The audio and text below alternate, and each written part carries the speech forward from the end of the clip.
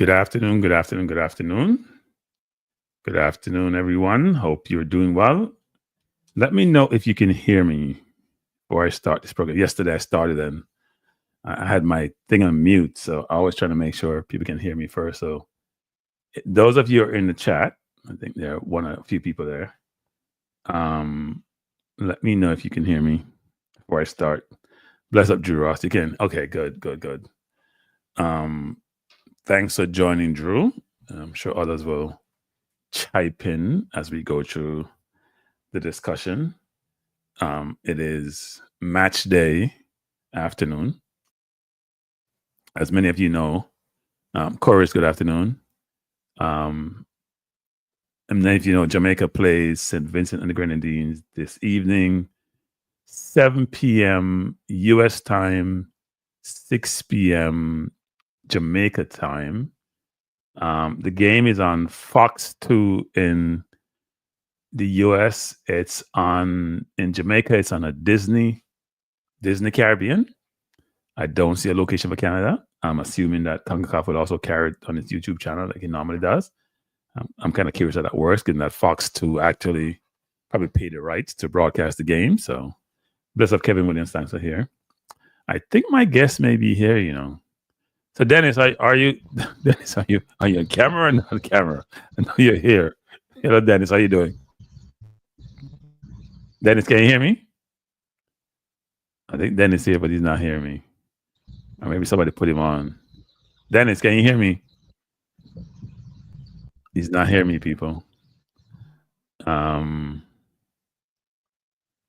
can you hear me? All right. I'll bring him back in when he's available, when he's ready, because it doesn't seem like he's ready. Hey, Dennis, when you're ready, you can put it in the chat that you're ready, and I can bring you in. But a good afternoon, everyone, as I mentioned before, and thanks for being here. Dennis Chung, who's the General Secretary for the Jamaica Football Federation, is going to be joining me to talk about the results of the FIFA audit and the resulting lifting of the... Dennis may not be here because Dennis dropped off. Restriction. Dennis may not be here and be talking about this by myself. I do have the press conference. I may just have to play that and use that. And I actually didn't listen to the press conference deliberately because I know we're going to have this discussion. So hopefully Dennis can come back in. You know what? Let me text him and ask him if he's going to come back in. Okay, he's back. Yeah. So Dennis, can you hear me, Dennis? Yeah, man, I'm hearing you. I was hearing you before. Oh, I wasn't hearing you. Oh, how are you doing? I'm good. How's everything?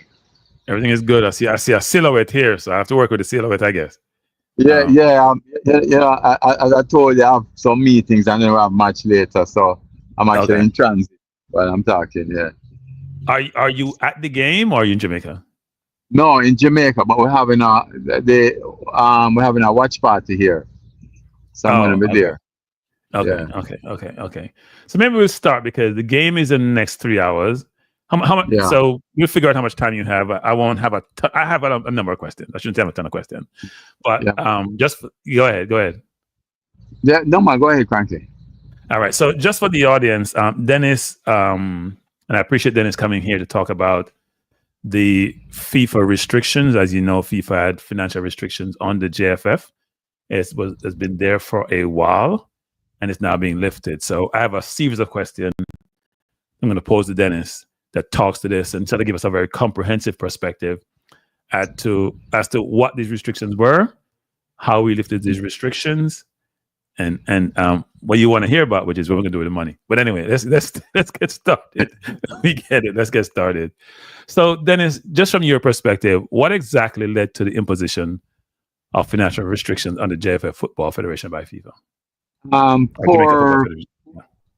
Poor governance, lack of documentation to support expenditure. We had our financial statements were late. Little or no budgeting was happening.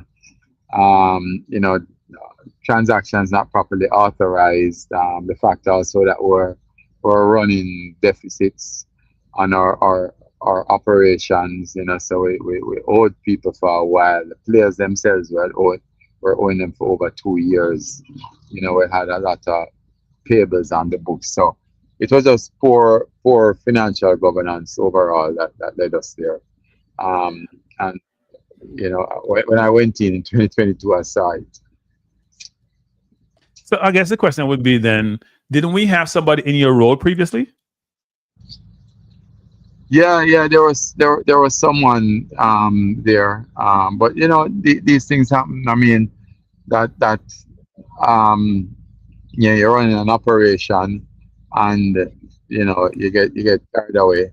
I don't think it's anything deliberate. You get carried away with it, and once you get into a culture of that sort of thing, it creates a problem. It's not. Right. I've seen it not just in like the JFF, but I've been through a few organizations. I've seen it. Private and public. People just get into this culture that you're an accountant, crank. You know how it is. I mean, a lot of people don't like documentation. They think that Right. they can just send up something and get paid. Okay. No proper procurement and that sort of thing. So all of those things contributed.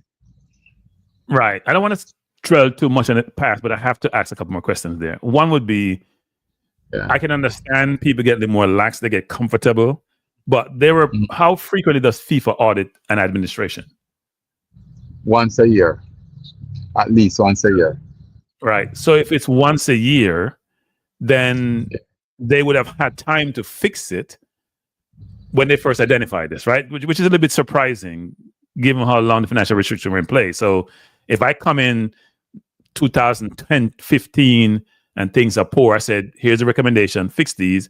You'd expect 1 or 2 years down the line, things would have been rectified, but this was going on for a little while, wasn't it? Yeah, it was we're under restriction for 5 years. Um, Okay. the truth is, cranky. What my experience has shown me, and cranky. The most important thing in any organization is culture.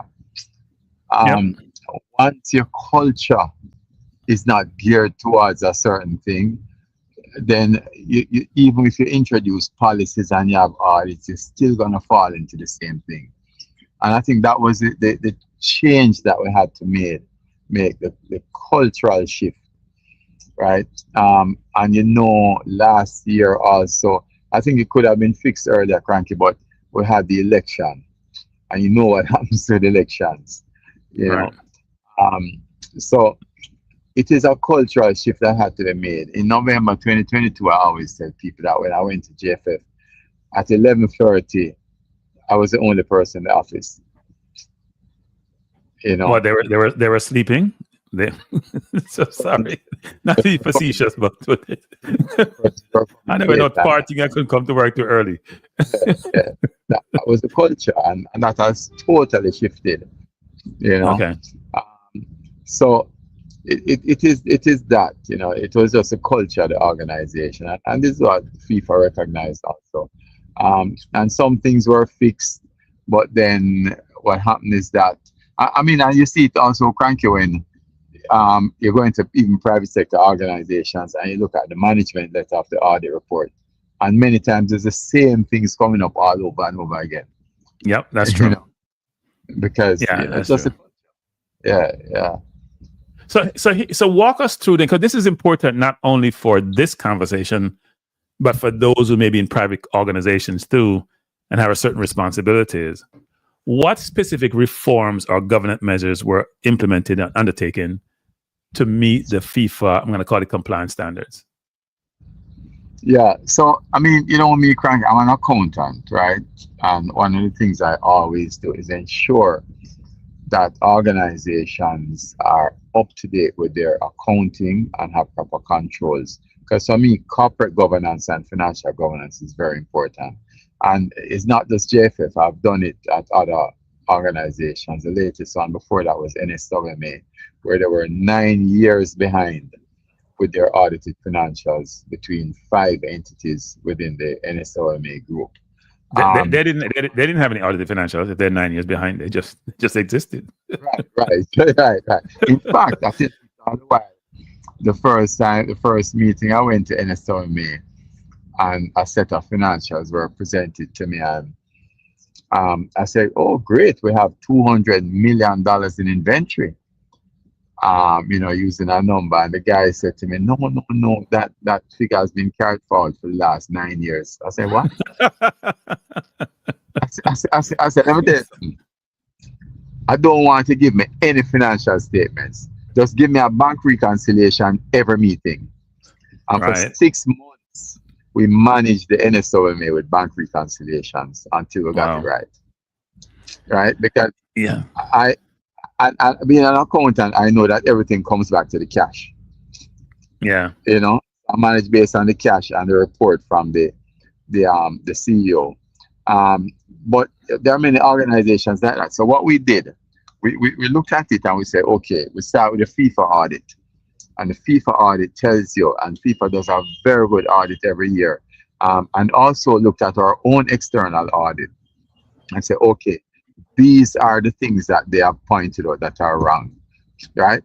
And we set to have a program to fix those things, to ensure that the right people are in place. And we say, okay, we are going to fix those things. And one of the first things we did is we put certain policies in place, a procurement policy, a travel policy was put in place, um, policies to do with safeguarding, right? Policies to do with whistleblower, sexual harassment. So we got a policy environment in place, and we said, okay, these are the things FIFA has identified. We're going to go down and we're going to check them and deal with them one by one. The other thing we did is we looked at the accounting system. Right, we've upgraded the accounting system now, and we looked at what is being used and what was not being used in terms of the controls from the accounting system. So we ensured that everything was procured properly. That was a big issue, right? So that the procurement policy stated that over X amount you get 2 quotes, over X amount you get 3 quotes, right? Right. We ensured that all of that was done. We ensured also that every invoice was approved by the appropriate person. And before that also that there would be a purchase order system in place. So previous to that, people just carry invoices and say, oh, I have this invoice, right? And it would be paid, right? Or accrued. Um, but what we did is say, no, we have to have a purchase order, because the purchase order helps to control the budget, right? Yeah. Uh, so we put a budgeting system in place because no budget was there. We put a budget in place, and we controlled based on that. So before each game, even though we budgeted for all the games, all the events coming up, before each game, we actually went through the budget again and made sure that is approved, and we identified the funding for everything, right? Right. Once we did that, we had to ensure that we push to get the purchase orders done, the invoices approved, the accounting system now, you actually do the approvals online, right? And that helped to shift the culture. So there's a lot of people aren't used to it and they say, boy, why we have to do this? And that's the culture, because that's not what they were used to. But then Right. it all shifted to the point now where people like I mentioned certain people like a Roy Simpson, right? A Karen Lumsden, a Marvin Walters, even up to today, someone said to Marvin for the game, boy, we need this. Marvin said, no, that's not a JFF expense, right? So Right. the mindset of the people started to shift. But cranky, that culture is not something that changed overnight, and mindset don't change. So we changed it with the processes that we had in place. Because once you have processes in place, then people follow them, and once they start following them, the mindset shift. So in 2022, we made. I went there in November, and the JFF made a loss of $100 million. 99 million of that was in the first 6 months, right? So 1 million loss was in the last 6 months. And then in 2023, we made a surplus of about $46 million based on what I've said to you about the budgeting principles, sticking to budget, insisting that when people spend money, that there's proper accountability for it in terms of receipts and approvals. Approval for expenditure is given before. And initially, because of the issue that we had, I basically had to get involved with almost every expenditure and approve everything. Now I don't have to do that because the culture is there and the accountant will do it. So we have different limits. Um, Right. and last year, and then what we did in 2024 for 2023 is ensured that the audit was on time. So we delivered the audit on time to FIFA last year. This year also we're finishing the audit by the end of this month, right? And we'll be on time. And last year we made a surplus in the region of about $65 million. And to show you that is an efficiency thing and how they're managing it, the surplus last year was greater than 2023, but it was on less revenue than 2023, right? So So, Dennis, that would sort of suggest that let me manage my words, that people weren't that expenses may not have been what they should.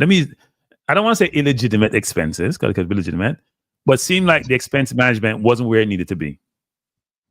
right, and that's so, which is why we had to put the procurement in place. And it's not that people were doing things they shouldn't. It's just that you go out and you can get 3 codes cranky, and one of them they're like 20-30% different. So there's no procurement being followed, right? Right. But that has been in place, and therefore what we did is ensure that we have the budget, and if we say we're going to spend $10 on traveling, we spend $10 on traveling, right? Because Right. once you have the budget, you say your budget for the year, and you say, okay, we're budgeting a surplus of $10, right? And then you micromanage the budgets for each games, right? And that filters up into the overall budget. So at the end of the day, by doing that, we were able to eke out surpluses for the year. As I said, on even lower revenues last year than the year before. But it was a lot. It was a lot of things to be done. Credit. I always give credit to the staff, because even though I myself and the president would have provided direction, they're the ones who worked it and bought into it. So Dennis, there's always resistance to change, right? So I'm Yeah. sure everybody didn't buy into all these changes, because if I'm used to a laxed environment and whatever expense I incur gets approved and I have to go through approval and I get paid, why would I be receptive to such significant changes? So what were some of the challenges that you encountered to try to implement some of the process that you implemented? Yeah, well, you do get a situation, Cranky, where not everybody buys into it. Nobody is always 100% so.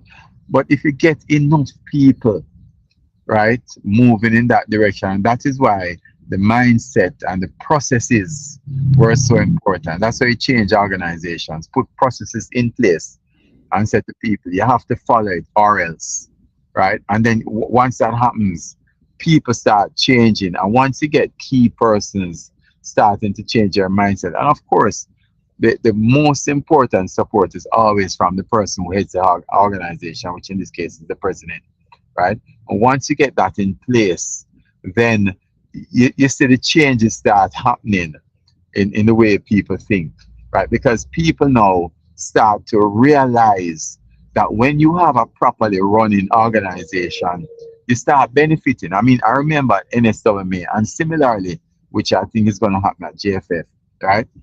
That people at NSWMA, once we did those changes and persons saw, even in the private sector, what we're doing, because like the COVID protocol developed by the NSWMA, people in the private sector called NSWMA to say, can we get a copy?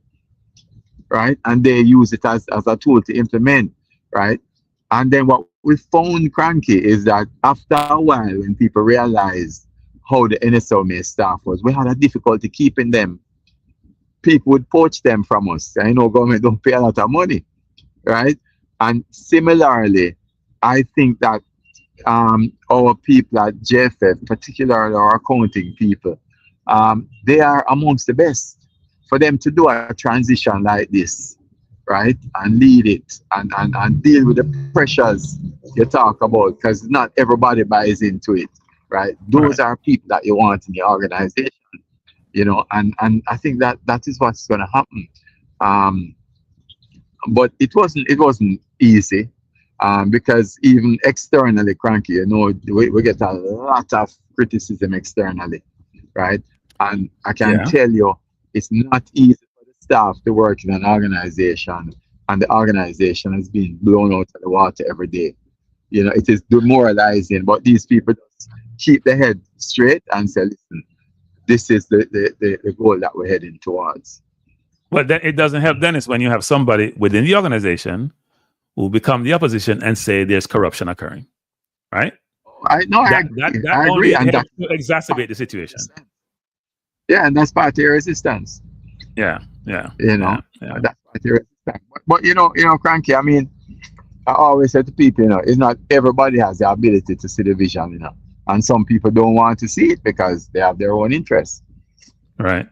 You So So here's a question for you now. So let's move to the money part. Let's move to the money yeah, part.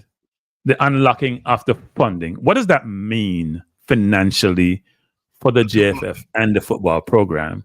I have been led to believe, for example, I don't know how much FIFA give us annually. I don't know how much they have withhold. So two-part question. One is, how much did they withhold on an annual basis they were provided to us? One. And two is, I've been informed that we have 3 million plus interest sitting in account someplace that the restriction will now alleviate and we can utilize it for JFF purposes. no. All right. So let me tell you what happened.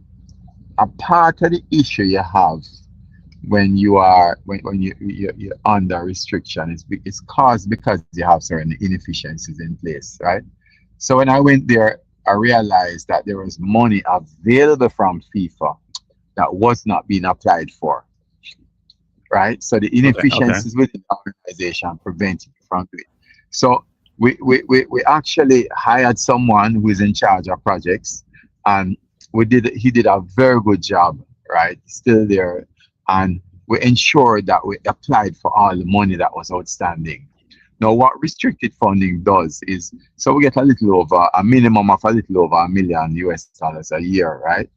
All right. Is instead of giving it to us, a normal organization, they'll give it to you and say, okay, we'll give you 500,000 in January and 500,000 in June.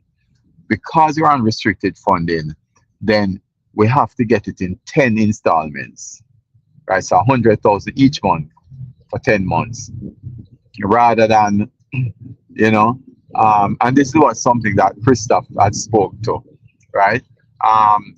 Okay. So we were able to move that now, because they're saying, and the reason why they do it, the rationale is that, listen, basically the rationale is, we don't trust that you're going to be able to manage it on your own. So we're going to give it to you in increments so that you don't blow everything at once and you have nothing for 6 months, right? In addition to that, what happens is that you have to submit a monthly report to them on how you spend the money, right? In normal times, you don't have to do that, right? Because they use the annual audit as a way of checking, rather than a monthly report that you have to send to them. So this movement of restriction now is we're not going to move fully to where we would be in normal times. They're going to say, okay, instead of giving you 10 installments, I'm going to give you 4 installments a year, right? And maybe for the next 6 months, you still do a report to us every month or every quarter, right? And then they take you off of it gradually. But what they have done though is removed the financial restriction, and that allows them now to transition over into a normal situation. But what it also does is that it allows you to be able to apply for some development funding that you were not able to get before. Okay. Right? Is that significant?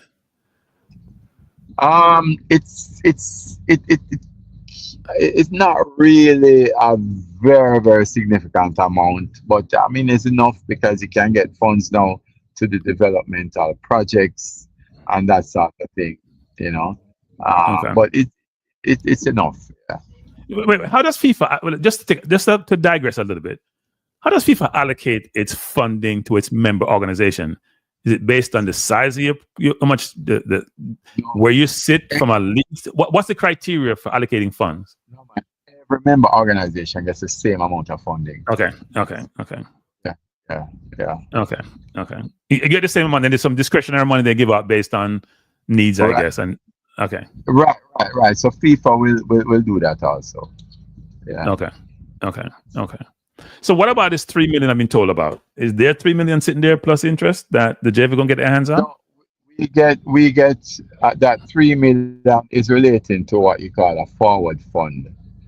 So FIFA has a program where they have a fund that you can access. So in addition to the a little over 1 million they get a year, right? You can actually apply for money to use in a fund for women's development, men's development, national team support, and that sort of thing. So the 1 million, the little over 1 million US a year is for operational support. And then Okay. the other funds now is used for, you can apply under various projects for development or national team support. I mean, when we have like all our teams playing, it takes a bit of money, quite a bit of money, Right. All right. right? So they support all that.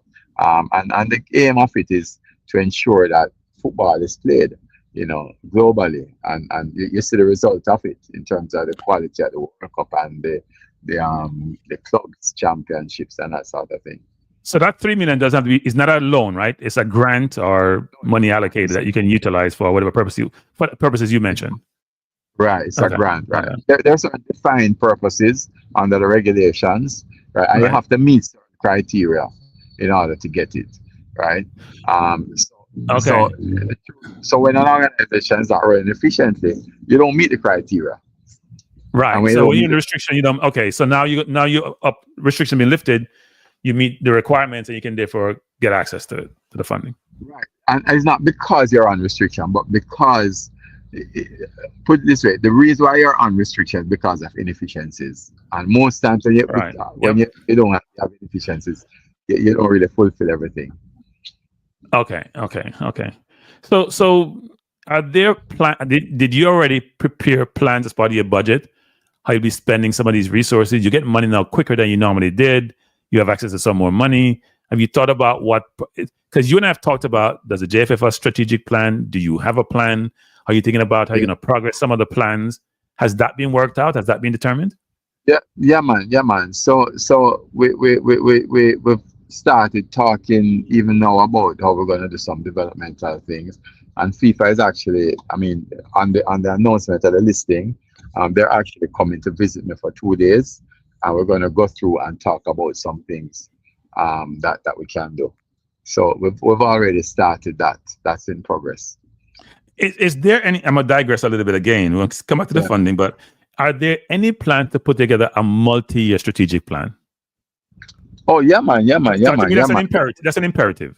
We actually do have a plan, that was developed. Robert Winter from Strategic Alignment, he actually developed it for us. So we do have a plan in terms of strategies that we want to do, a multi-year strategy.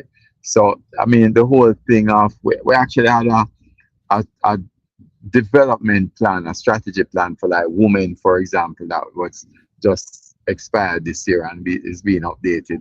So we do have those things in place. We do know what we want to do in terms of the development, what the goal is that we want to achieve, because at the end of the day, I mean, what we try to do as a federation is ensure development and that, football is played so that children get opportunities. That's essentially what it boils down to, right? Because we don't do this for a profit, Right. It's Right. development purposes. Okay. So with this, how does the lifting of restrictions equate to your stakeholders per se? Does it matter to any stake? How does that work? Yeah, man. For me, it's very important, frankly. Let me tell you why. So the fact is that now that we have gotten over this hurdle, as I said to people, we can focus now more on development. So our stakeholders, right, will be more involved in terms of the development aspect of the football, because it's very difficult, and this is what a lot of people don't understand when they say, "Boy, well, how JFF can't give us do anything for us." When you're under pressure yourself, it's hard for you to do something for somebody else, right? Right. The fact Yeah. that is lifted down, we can focus, right? And it has to be a multi-step like that. That you say, okay, no, I'm okay. Let me focus now on developing for my stakeholders. But the other thing is this: um, when you have proper financial governance in place, it means that the people who are supposed to get paid. As I said to you, 2 to 3 years ago, we had massive problem in terms of tables, Right. right?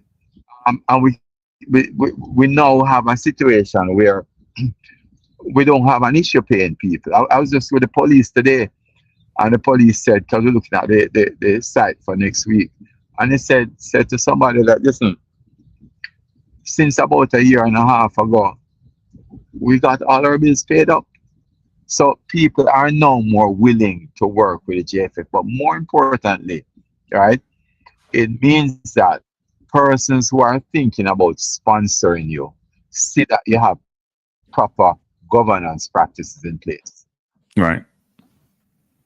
Yeah, it's interesting because Okay, I we thought don't the have a police work. problem putting money Yeah, at JFF.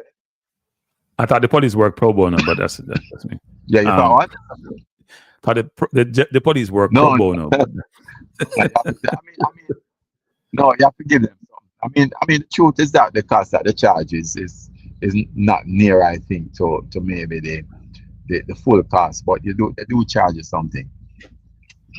so given So that now you probably have more trust by your stakeholders in how you're operating, because people are very much focused on finances, right? And yeah, that's very, very important. And last time you and I spoke, you mentioned there was quite a bit of interest by sponsors, and you bought right. AV on board. How is that going? That's going very well, very well. And Tanya Lee's there also. So it's going Right. very well. We get a lot of interest. We have the C level from overseas also. And a lot of people showing interest. Marlon also from B2 Sports. He's making some headway, because as the brand develops more and more credibility, and this is a big part of it, more and more people are saying, hey, we want to be a part of it. So we just signed a sponsorship deal, for example, that's going to be announced, right? And we're working on closing about 2 or 3 more right now as we speak, and working on some other ones. So it is that as the JFF brand gets more and more recognized, as I said to sponsors, it's going to get more expensive. Must. Right. You know Yeah. what I mean? So So yeah. No, yeah, that makes a lot of sense. So let me close down that component of the conversation, which is this. Sometimes, as you mentioned before, you put processes in place, they're there, and people get, this is my words now, they get complacent, right? And you go back to where you yeah. were. How do you make sure this is sustainable going forward? What I say currently is that leadership matters. You have to ensure, so processes is one thing, but you have to ensure all the time, as the president said, you have the right people. That's important. So your whole compensation system, your whole system of punishment, if you want to call it that way, accountability system, those things are things that make organizations work. But leadership matters. And we could do all of this now, and you get the wrong person, and everything just go back to where it was. And that's the truth. That's just how every organization works. That's why many organizations, they do well and then fail. If you look Right. at, I always use the example, Cranky, of Kodak. Everybody who is old enough knows what Kodak was.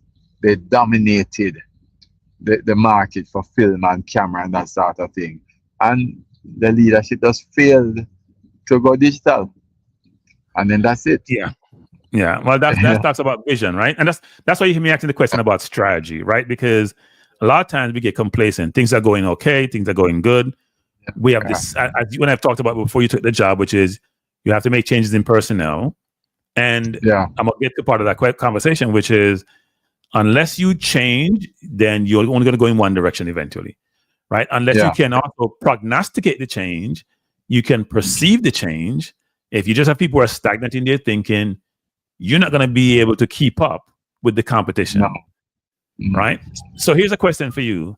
There may be other countries in the Caribbean, like Trinidad, who have some financial challenges.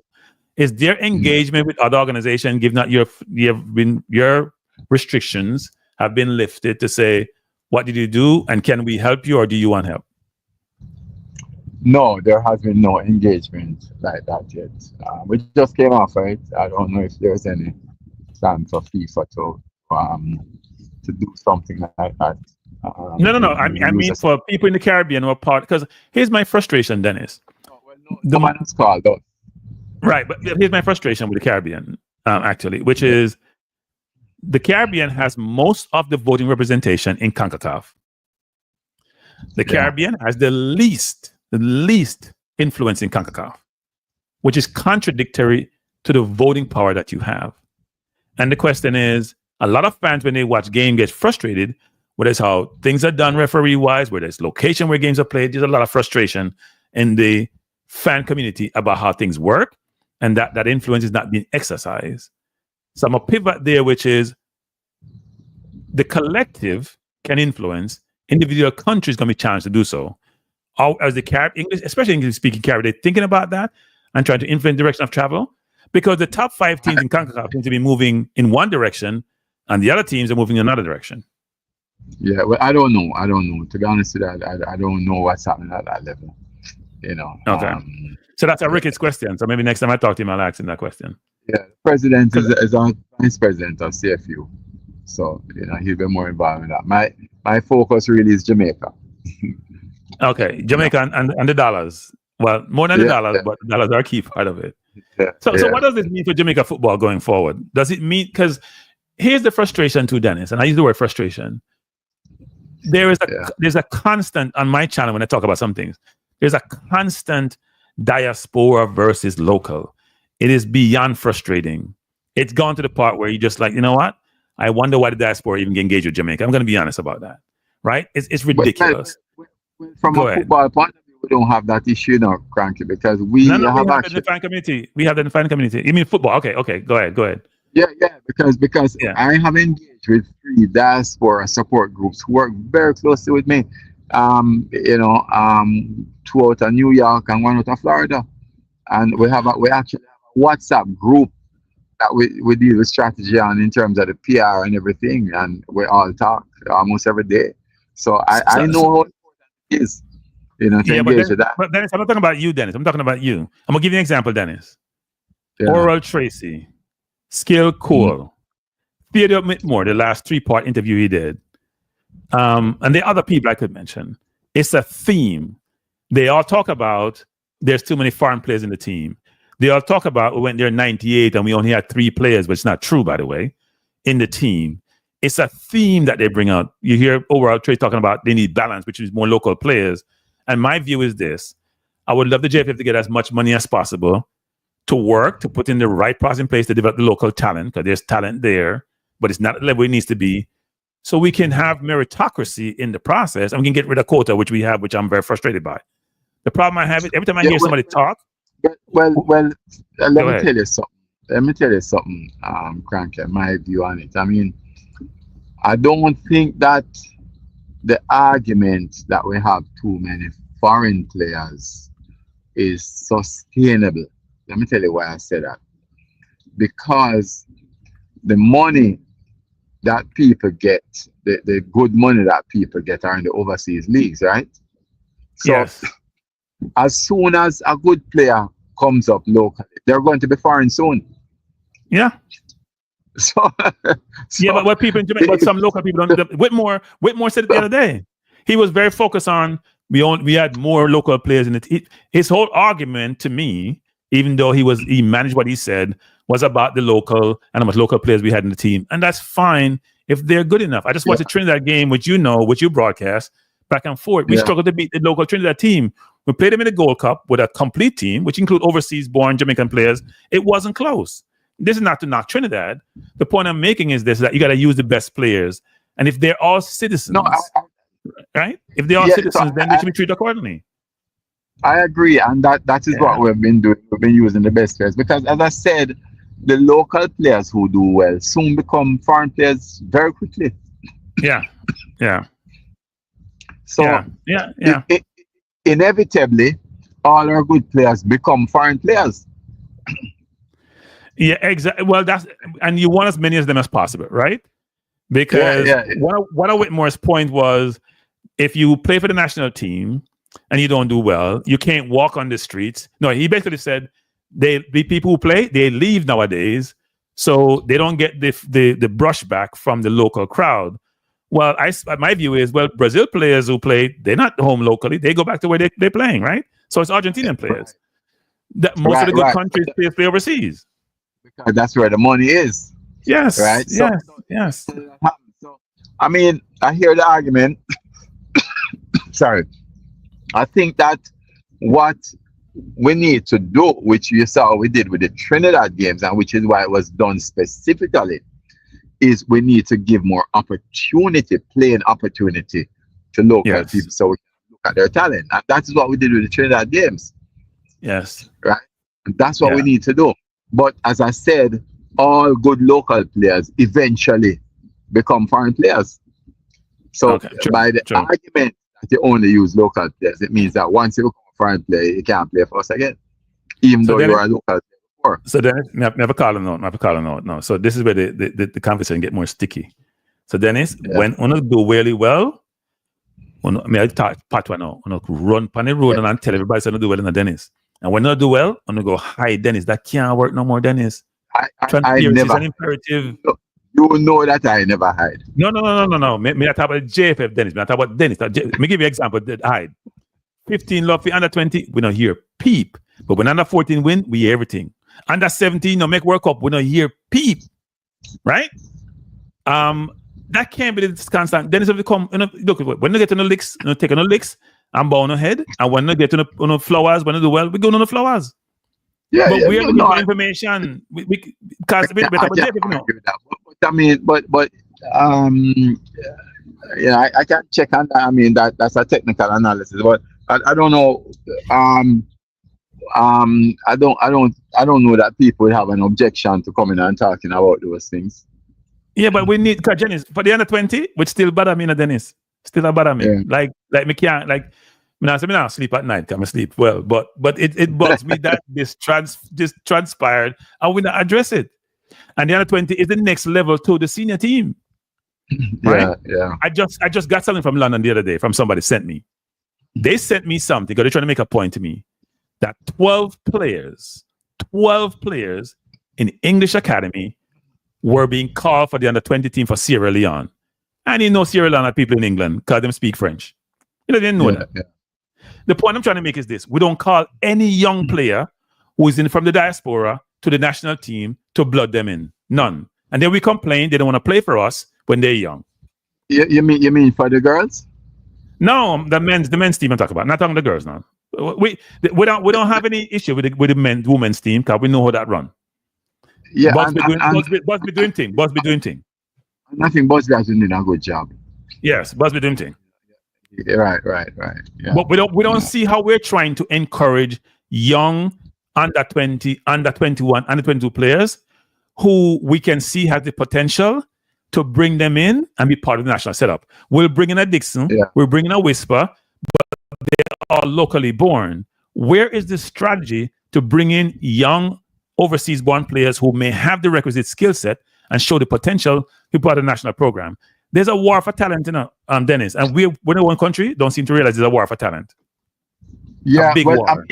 I mean, those things I leave up to the technical staff. I mean, the coach, they have to do the selection. I don't get involved in that.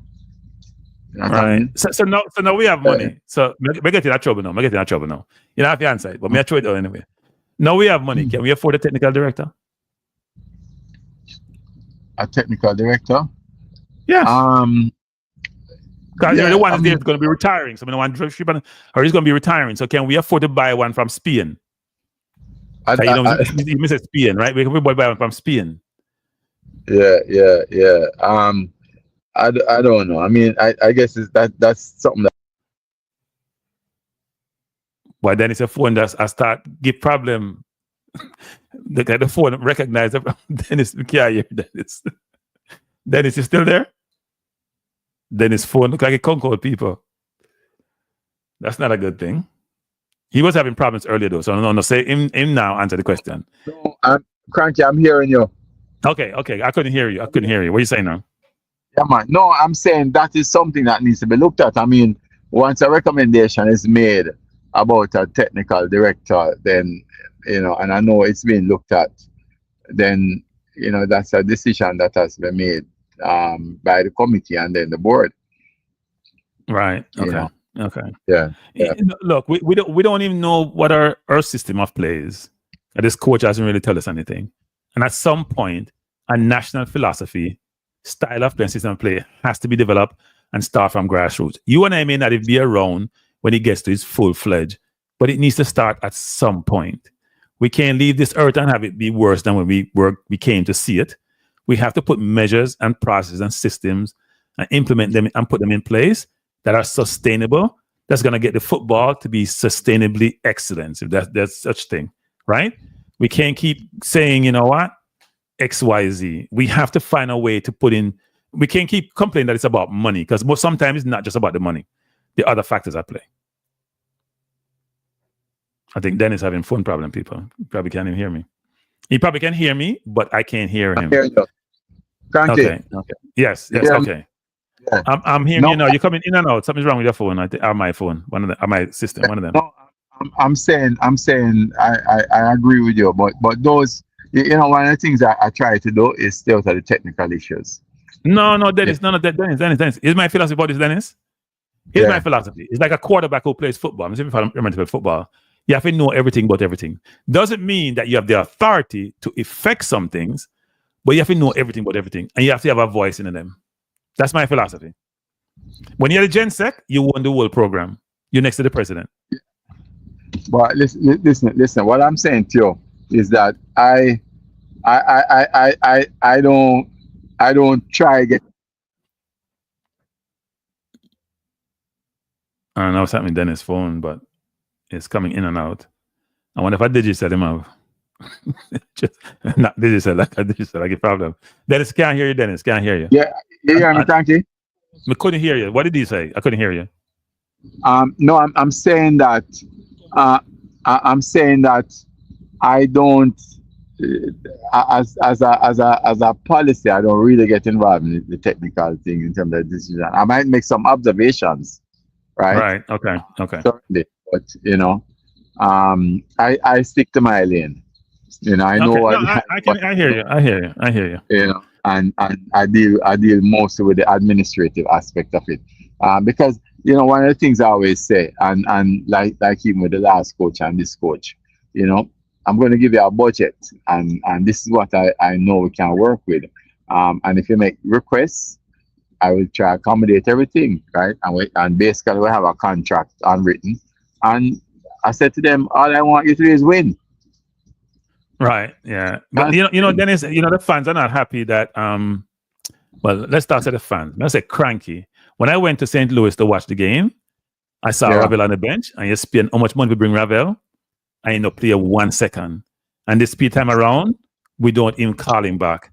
And our midfield has needs. I know you're not the technical person. I know you're not coaching, make those decisions. Just my observation. That's my observation. I don't understand some of these things. So for me, as I said, I'm not going to tell a coach how to play, right? What I'm going to say to him is, you come here to win. Right. And if you don't win, there's a consequence of not winning. Right. So somebody in the chat says FIFA provide about $50,000 per year for the position of technical director. Is that true? I am not sure about that. I mean, if the person in the chat knows about it, they can access it first. You should do. You have a suggestion. Yeah. Find a sponsor. Adam sponsor me see a jump on speed bandwagon when he go to the stadium. Then I sponsor Cavaliers all year, and then through Messi come, them I want them to get notification. So here's my suggestion: you identify somebody who can sponsor the role of technical director and pay the salary on an annual basis. It's a need, not a want. Yeah. So one of the things, and this is how the whole thing of the restricted funding lifting comes in. Um, over the past few years, we have been working with a damaged product, and you know Right. how difficult it is to sell. And this is why I keep saying that it was important to fix the product first. You're not talking To about get Tesla, right? no, that that one might not be fixable for now, right? Okay. Um, Okay. but it was important to fix the product because we got some sponsorship initially, but what we're getting now in comparison to that is different, right? So Right. you see that Messi came, for example, everyone jumped on it. The reason why Yeah. they did is the brand value of Messi Yeah. is important. It have nothing to do with brand value and nothing else. Yeah. It's Messi, right? So what we need to do, and I think JFF as a brand is very strong, right? And we're seeing it because we see the diaspora groups come on in terms of the support groups. We see new sponsors coming on, or the Reggae Boys brand is very big. I mean, we didn't have 30,000 people in the stadium, but the last two games that we played in the stadium, we had 18,000, and then it went to 21,000 for the game after that, right? Yeah. So Yeah. that No. I think what you guys should also there's a lot that can be done, a ton of things that can be done to help the RFF generate much more revenues than it does today from a lot of different sources, inclusive of the whole sponsorship that you're alluding to. And Yeah. I do think the JFF should put together a comprehensive 5 to 10 year strategic plan, communicate the plan with stakeholders, including the fans, because it should be transparent. Because I have the Spain one, which I've looked through, and it's pretty good. And I know you say one's been developed, like a 2-year one, but I think you should do that and then give us periodic update about it. Yeah, it has the most important thing I always find going into an organization is fix the product.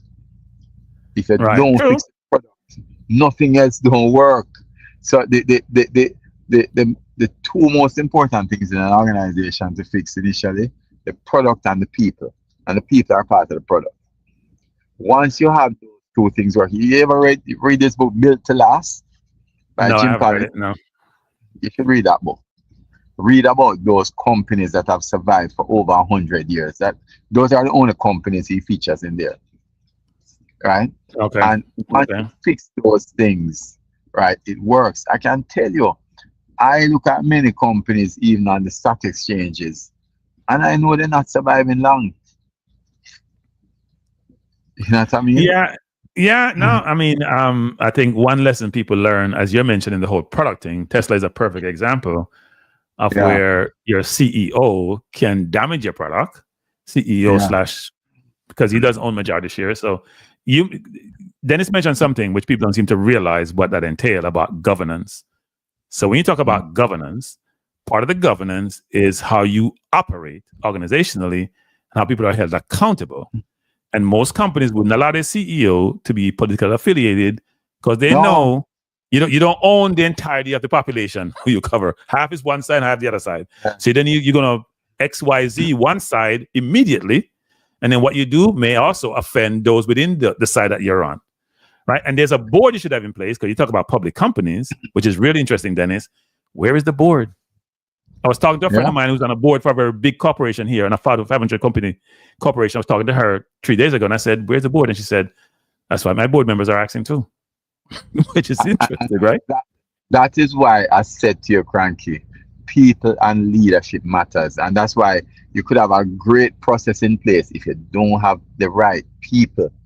True. Right. So corporate governance, for example, speaks about the matter of independence. Yes. Maybe the is how many people on that board is independent.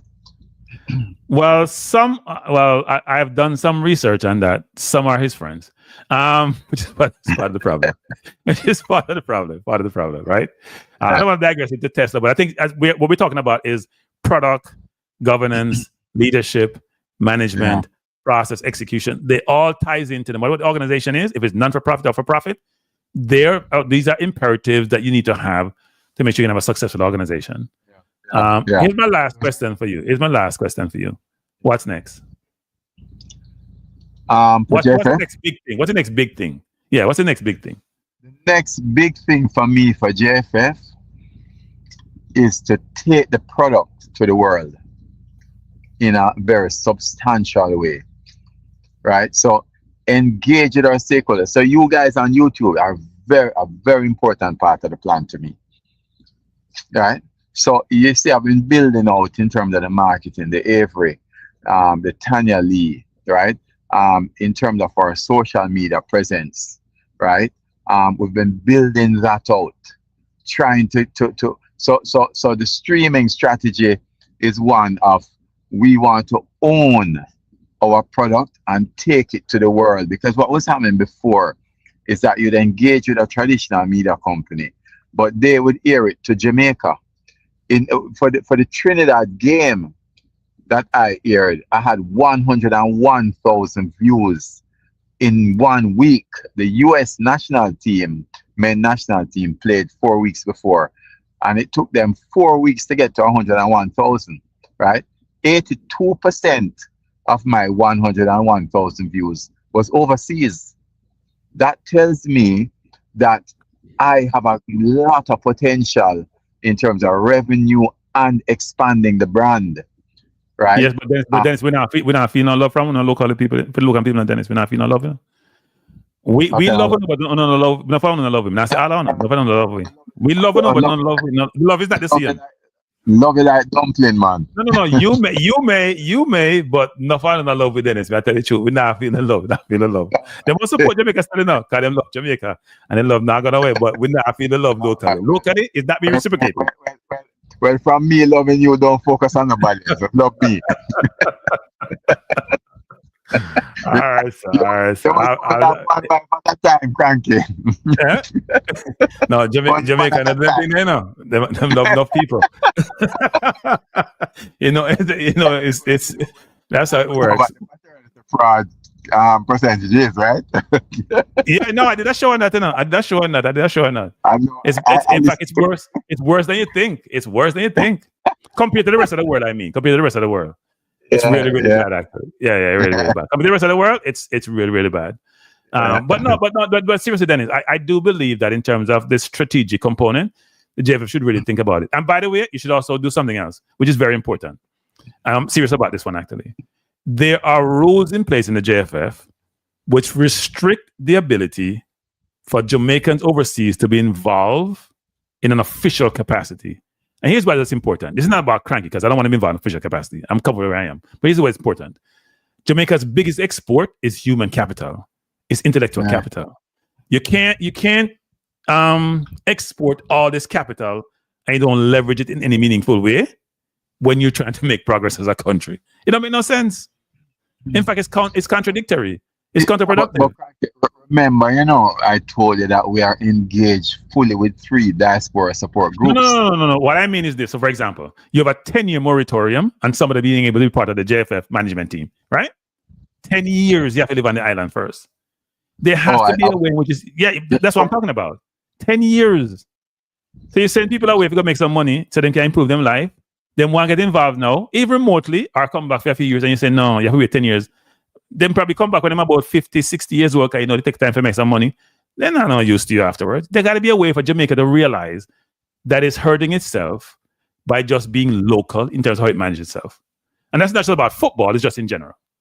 You can't have something local capital. Yeah, go ahead. Listen, I agree with you, but listen, cranky, right?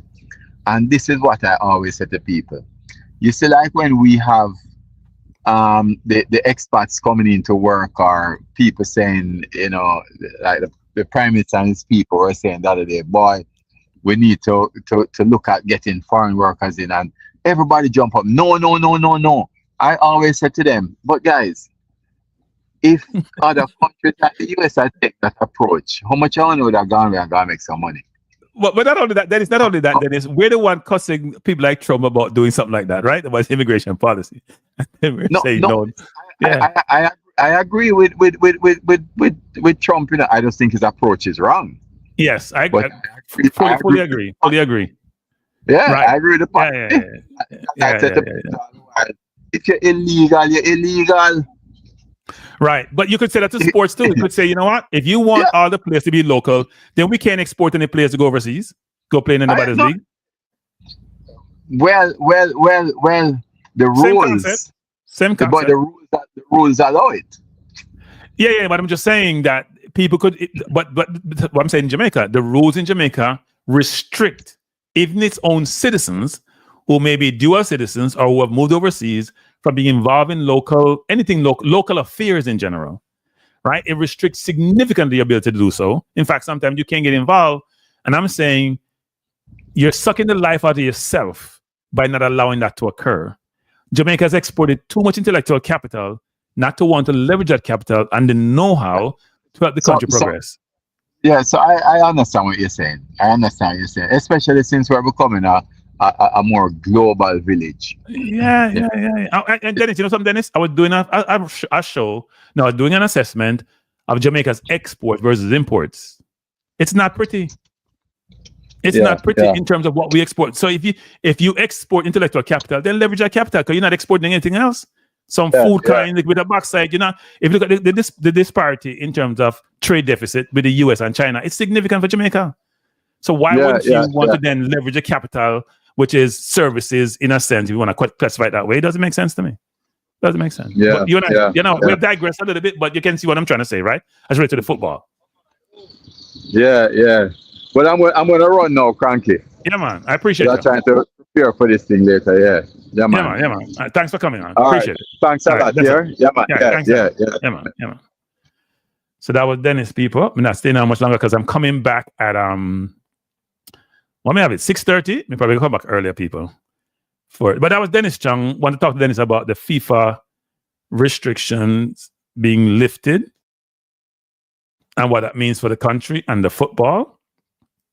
As you hear me talk to Dennis about the fact that my expectation would be that in some way, shape, or form, there's a more strategic approach to how we try to think about the football, how we manage the football, how we engage the football community, how we help the kids to get to a level which makes them competitive in the globe versus just having this complaints about diaspora taking up most of the places in the team, because the fundamental raw materials that we have in our youngsters, it may be even better than we have overseas, right? If you think about athleticism and physical ability as key criteria for being an athlete, we have abundance of that. The technical aspect of the game, the mental aspect of the game is not being developed the way it should. And that then precludes us from making progress as a society. And what I'm trying to impart to Dennis is, even in leadership capacity, we have carved out a whole section of people who don't live in Jamaica and don't allow them to be part of the process in decision making and affairs of the country. And therefore, what happens is you lose all that ability to leverage that intellectual capital to help you grow, develop, and progress. And I can't understand why people locally don't seem to get this. And as you hear me yesterday, I get very frustrated when I hear think about football, for example, a lot of footballers talking about every single time you hear a Jamaican footballer have an ability to talk, they talk about way back when and talk about we have too much. Basically, they're saying, which they're not saying explicitly, we have too much foreigners in the team. And then when you look at the players who are local, you realize they're not being developed appropriately and they're just not good enough. No matter what anybody will tell you, they're not at the level they need to be. It's not knocking local players, but they're not. Right? And so therefore, you can't have this situation where we have kids that have raw material and we're not converting that raw material into something that's very, very productive. It's just counterintuitive and doesn't make a lot of sense. I'm not sure why we're having the conversation continuously and we're not seeing changes. And you hear me, Dennis, talking to Dennis about having a technical director. You know, Spain is the epitome of what you'd expect of a footballing nation and how they operate. Yes, they had issued one of their senior members at the World Cup with their women's team. But even that team that went to the World Cup, that won the World Cup, 5 or 6 women, key players for them, didn't go to the World Cup, right? They have so much abundance of talent. They have a system, they have a philosophy, they have a style of play, and everybody, the country buys into it. Go on the web. They have a strategic plan, which they have a multi-year plan that covers key aspects of their football. I know Dennis said that we have a plan, a 2-year plan. We need to get something like that in place. And then we check ourselves against it on a continuous basis to make sure we're doing it the right way. But we also got to get people with the know-how to come in and help us progress as a nation as it relates to football. Otherwise, 10 years from now, we're going to be having the same conversation and wonder why we're not making progress. Right now, we're falling behind in this region. Our junior teams haven't made any work. People, let me say this again. Women and men's junior team are females and males. None of them under 17, under 20, under 15, anything under, because they comprise many of local players and they're not being successful, and people don't seem to get that. And last but not least is this. You mentioned the Dennis. Sierra Leone people, which is what was a French colony. They speak French, they speak no English, but they probably have people spread out all over the globe. Somebody sent me from England. I said it 3 or 4 times now. 12 players, they call them for the under 20, were in English academies, all different academies. They in Portsmouth, they had Arsenal. They call them into their national team. You know why they probably do that, people? It's not because they probably want to win the under 20. It's because they also want to convert them to be part of their national team, because that's the key for people nowadays. You want to make sure you blood them in from early. They build up some sense of loyalty. They want to be part of the culture and the organization. Who has a better culture than Jamaica across the world? Who wants it? Everybody want to be affiliated with Jamaica. We're the only one pushing back and fighting ourselves. We have this whole internal war that we have amongst ourselves called local don't want diaspora. And you hear Dennis say he's trying to reach a diaspora. He has 3 supporters club, and I know of these supporters club. But the local person that I hear all the time, and some of them come into this chat, they're not looking for that. They're saying, give us your money and go away. I'm saying, if you want my money, I got to be part of the process. That's how it should be. Yeah, Jerome, I agree with you, Jerome. But the question is, who's that who? Because it's very frustrating to keep on having these conversations on a continuum. At some point, bless up Tuffy Rudy, bless up Chris, bless up. You guys came in, I'm almost done. By the way, all 168 of you, I would appreciate if you come back in the next, what time is it? 5 o'clock? It says 6:15. I know we have this show for 6:30. I'll start early. We have a watch along, people, this evening. Watch along, Jamaica versus St. Vincent. Looking forward to the game. It should be a good game. We missing a few players like Antonio and others. I think we have a good enough squad to get a positive outcome. So hopefully you'll join me this evening and we can enjoy the game together. This was just a quick 1-hour show. I was trying to reach Dennis for a while now. He was really busy. We're trying to do it at my normal 7 p.m. time, say, for example, yesterday, but I couldn't work out because he had a conflict. So, I always appreciate Dennis coming on so we can have these conversations. And I hope that we, Dennis mentioned the YouTube community, which get a lot of flack sometimes.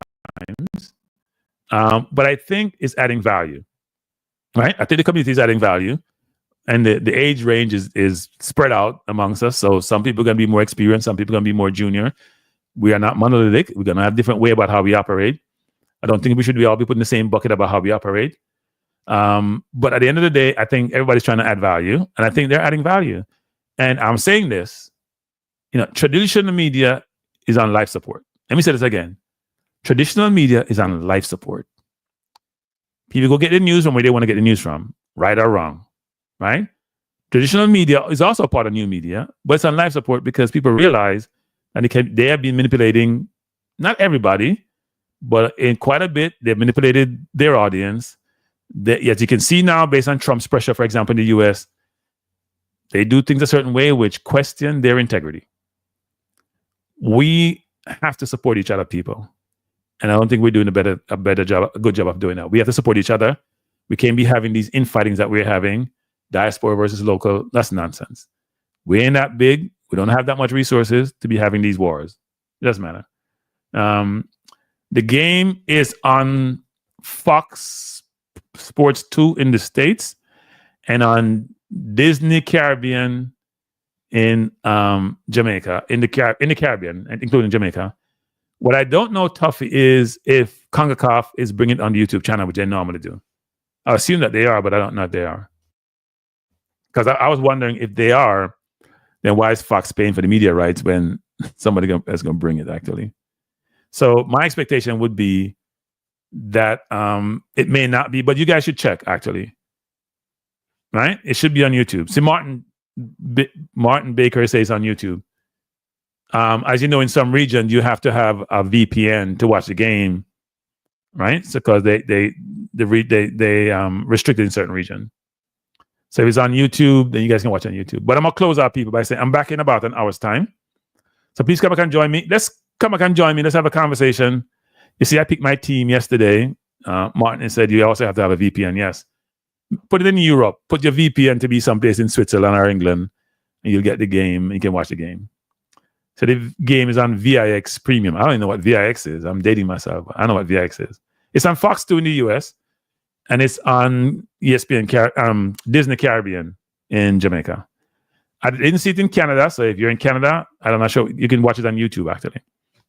But anyway, everyone, thanks for being here. Before you leave, people, I'm at 99 likes. I need one more to get to 100. Trying to get 100 likes on every video. So please hit the like button before you leave and come back. I already set the stream up. It says 6:30. I'll probably come back earlier. Thanks for being here. I see you in a bit. And I will say peace out, everyone. See you in a bit. Thanks.